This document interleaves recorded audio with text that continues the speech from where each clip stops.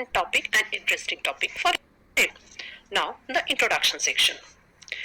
What is the literary meaning of international marketing? International marketing is defined as the performance of business activity designed to plan, price, promote, and direct the flow of companies, goods, and services to consumer or users in more than one nations for a profit.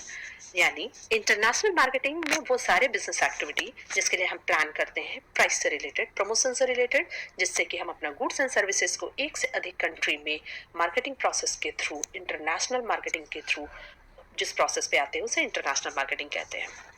इसे अगर हम formula के through present करने की कोशिश किए हैं, जिसे हम कह सकते हैं कि international marketing is the combination of two word, that is international plus marketing. What is the meaning of international?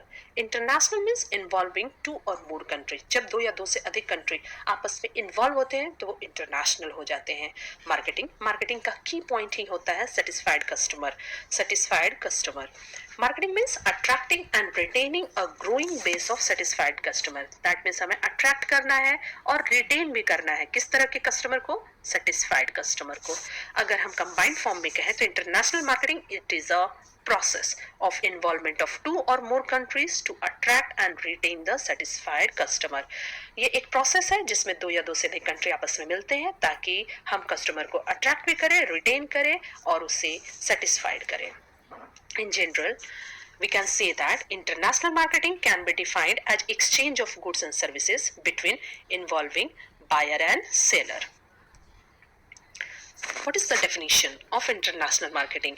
According to American Marketing Association, international marketing is the multinational process of planning and executing the prices, promotions and distributions of ideal goods and services to create exchange that satisfy the individual and organizational objectives. Now the next topic is what? Concept of international marketing. International marketing के concept बहुत से लोगों को confusion होती है कि foreign marketing किसे कहते हैं, international marketing किसे कहते हैं, global marketing, सबका meaning एक ही लगता है. तो मैं कोशिश की हूँ सबको differentiate करने की. First, domestic marketing. Domestic marketing that means marketing practices within the home or country. अगर हम वो सारे मार्केटिंग प्रैक्टिस करें अपने कंट्री के अंदर ही करें तो वो डोमेस्टिक मार्केटिंग होगी. Foreign marketing it refers to domestic marketing with foreign countries. अगर हम डोमेस्टिक मार्केटिंग के साथ ही फॉरेन कंट्री के साथ अगर मार्केटिंग प्रोसेस करते हैं तो वो फॉरेन मार्केटिंग हो जाएगी. कंपैरेटिव मार्केटिंग जैसे नाम से ही क्लियर है कि कंपैरेटिव कभी भी कंपैरिजन अपने आप के साथ नहीं किया जाता है. सिंगल किसी प्रोडक्ट, सिंगल पर्सन या सिंगल कंट्री का अपने आप कंपैरिजन नहीं होता. कंपैरिजन करने के लिए एक दूसरे के साथ ही जरूरत होती है, दूसरे कंट्री के साथ. तो यहाँ पर क्या है कि analytical comparison of marketing method practices in different countries. यानी analytical comparison करनी होगी. Analytical comparison marketing method practices in different countries. Now the next is what? International marketing. Marketing practices between different that means two or more country national markets to earn profit is called international marketing. And the last is what? Global marketing. Marketing practices can be extended. कहाँ तक extend करेंगे? Worldwide. जब worldwide तक हमारा international marketing का process चलेगा जिसमें सारे कंट्री कवर होते हैं, एक लार्ज नंबर पे कंट्री कवर हो जाते हैं, तो ये इंटरनेशनल मार्केटिंग से डिफरेंशिएट करता है और इसका एरिया इंटरनेशनल मार्केटिंग से लार्ज हो जाता है. Again in simple word, when two countries exchange करेंगे क्या? Product and services with the किस चीज से? Motive of the business trade. The process is called, वो प्रोसेस को ही कहा जाएगा international marketing. Now the nature of international marketing. Nature that means स्वभाव. इसका हिंदी मतलब होता है प्रकृति. हर व्यक्ति का अपना एक प्रकृति, अपना एक स्वभाव होता है. उसी तरह हर मार्केटिंग प्रोसेस या हर बिजनेस एक्टिविटी का भी अपना एक स्वभाव होता है. तो अगर हम इंटरनेशनल मार्केटिंग की ओर जाते हैं तो हमारे में भी ये स्वभाव होनी चाहिए. तो इसमें क्या मिलेगी? सबसे पहले ब्रॉडर मार्केट इज अवेलेबल. जब भी हम इंटरनेशनल मार्केटिंग करेंगे तो मुझे मार्केट तो मिलेगी, लेकिन किस लेवल पे? Broader market. Involves at least to set of uncontrollable variables. हमें अनकंट्रोलेबल जिस पे हमारा कंट्रोल ना हो वो वेरिएबल्स मिलेगी. मिलेगी, इसके लिए हमें तैयार रहना चाहिए। और हमारी कॉम्पिटेंसीज रिक्वायर ब्रॉडर कॉम्पिटेंस, हमारी कॉम्पिटेंसी इतनी अधिक होनी चाहिए जिससे कि हम इंटरनेशनल लेवल पे अपने आप को प्रूव कर सके। और कॉम्पिटिशन्स के बिना तो कोई भी बिजनेस चल नहीं सकती है। और इंटरनेशनल लेवल पर अगर हमें मार्केटिंग करना है तो कॉम्पिटिशन्स तो रहेगी ही, लेकिन किस लेवल पे होगी, इंटेंस। और लास्ट में क्या कह सकते हैं, involve high risk and challenges. International level पर बिजनेस अगर करना है तो रिस्क तो होगी, और वो किस लेवल पे रिस्क होगी, हाई रिस्क पे होगी, और चैलेंजेस भी एक्सेप्ट करनी होगी। Now, the next topic is scope of international marketing. Scope of international marketing, international marketing का scope यानी एरिया कहाँ तक जाता है। तो इसके एरिया सबसे पहले है import. Importing products for a brand company or general company that can resell it to potential customer of their own use creations and improving the product line. हम import करते हैं कोई भी सामान इंटरनेशनल मार्केटिंग के थ्रू, ताकि अपने हम ओन क्रिएशन को इंप्रूव कर सके, अपने प्रोडक्ट लाइन को इनहांस कर सके। Now the next is what, exports. Export company export their product to international market or their franchise for generating huge revenue. Which type of revenue, huge revenue and boost for the brand. हम export करेंगे जिससे कि हमें huge revenue मिलेगी और अपने product को हम ब्रांड में कन्वर्ट कर सकते हैं। Now the third topic is what, contractual agreement, यानी वो एग्रीमेंट करेंगे जो कि कॉन्ट्रैक्चुअल होगी, ना कि लॉन्ग टर्म के लिए यानी शॉर्ट टर्म के लिए होगी। Contractual agreement can be in terms of licensing for co-productions or even in technical assistance, यानी हम co-productions या technical assistance के लिए हम contractual agreement के पास जा सकते हैं या इस मोड को ले सकते हैं। Next is what, joint venturing. नाम से ही क्लियर है, जॉइंट वेंचरिंग। वेंचरिंग वेंचर, जब दो या दो से अधिक वेंचर आपस में ज्वाइंट होकर कोई बिजनेस करना चाहते हैं, इंटरनेशनल लेवल पे मार्केटिंग करना चाहते हैं, तो वो जॉइंट वेंचरिंग में आएगी। The joint venturing is the name of collaborative association of what, two brands of a reasonable period of time.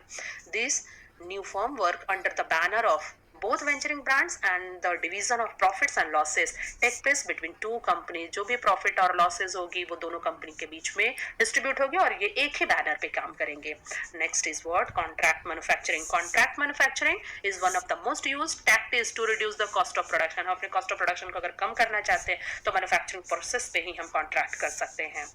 Next, fully owned manufacturing. Fully owned manufacturing is the best interest of the company to take full control over both the production and promotion in the target market। अगर हम चाहते हैं कि अपने potentiality पर हमें विश्वास है तो हम प्रोडक्शन और प्रमोशन पर पूरी कंट्रोल करके टारगेट मार्केट को ले सकते हैं, लेकिन उसके लिए हमें फुली ओन्ड मैन्युफैक्चरिंग प्रोसेस पे जाना होगा। Now the next is what, strategic alliance। A strategic alliance gaining a long term competitive advantage over the competitor, the best options to choose strategic alliance। जब हमें अपने कॉम्पिटिटर को reduce करना है और हमें अपने फ्रेंड को बढ़ाना है तो हमें स्ट्रैटेजिक अलायंस पे ले जाना चाहिए। It works just like the concept which says that enemy of your can be your friend, यानी हमारे जो एनिमी है वो भी हमारे फ्रेंड बन जाएंगे स्ट्रैटेजिक अलायंस के through. Next is what, management contract. Management contract are helpful in achieving, हम अचीव कर सकते हैं इस प्रोसेस से क्या, हम प्रोसेस से क्या अचीव कर सकते हैं, स्किल्ड लेबर फोर्स और for the brand with comparatively experienced worker, और उससे हमें एक्सपीरियंस्ड वर्कर की प्राप्ति होगी। Now the next topic, importance of international marketing। importance means what, importance that means हम कितने बेनिफिटेड होंगे अगर इंटरनेशनल मार्केटिंग अगर हम करते हैं तो इससे हमें क्या क्या फायदे होंगे। तो पहला क्या होगा, domestic market constraint, government policies and regulation, increase productivity, हमारी प्रोडक्टिविटी इंक्रीज होगी, काउंटर कॉम्पिटिशन होगा, रिलेटिव प्रॉफिटेबिलिटी, हमारी प्रॉफिटेबिलिटी भी इनहांस होगी, रिड्यूस हो जाएगा बिजनेस रिस्क, हम कंट्रोल कर लेंगे इन्फ्लेशन पर और प्राइस राइज पे। और the next is what, product obsolescence, जो हमारी प्रोडक्ट है जो बच जाती है वो दूसरे कंट्रीज में हम यूज करके उसको ऑब्सोलेंसेस यानी बर्बाद होने से बचा सकते हैं। Unequal distribution of natural resource and advantage of specialisation, यानी हर कंट्री की अपनी स्पेशलाइजेशन होती है उसका हम एडवांटेज ले सकते हैं। टेक्नोलॉजिकल डेवलपमेंट हमें मिलेगी और साथ ही साथ टू क्रिएट रिसर्च अपॉर्चुनिटी हम क्रिएट कर सकते हैं। हेल्प इन पॉलिटिकल पीस, ये बहुत इंपॉर्टेंट टॉपिक है। अगर हमारा ट्रेड रिलेशन किसी कंट्री के साथ अच्छा रहता है तो कहीं ना कहीं उसका इम्पैक्ट हमारे पॉलिटिकल रिलेशंस पे भी पड़ती है। पॉलिटिकल रिलेशंस अगर अच्छी हो जाएगी तो economic development of a country का इकोनॉमिक डेवलपमेंट काफ़ी इन्हांस होगी, जिससे कि रैपिडली हम अपनी इकोनॉमिक ग्रोथ कर सकते हैं, profitable use of natural resources, अपने नेचुरल रिसोर्सेज को प्रॉफिटेबल यूज़ कर सकते हैं, वो से हम वेस्टेज नहीं होने देंगे। इससे क्या होगी कि इंक्रीज इन एम्प्लॉयमेंट अपॉर्चुनिटी। हम अगर अपनी कंट्री इंडिया की बात करें तो अगर हमारी इंडिया में सबसे बिगेस्ट अगर प्रॉब्लम है तो अनएम्प्लॉयमेंट का है, तो इंटरनेशनल मार्केटिंग के थ्रू हम अनएम्प्लॉयमेंट को रिड्यूस कर सकते हैं और एम्प्लॉयमेंट अपॉर्चुनिटी क्रिएट कर सकते हैं। Role of export in national income भी हमारा इन्हांस होगा, increase in standard of living, हमारे लोगों का स्टैंडर्ड ऑफ लिविंग भी इंक्रीज होगा, इंटरनेशनल कोलैबोरेशंस होगी और एक कंट्री दूसरे कंट्री के कल्चर से काफ़ी क्लोज हो जाएंगे।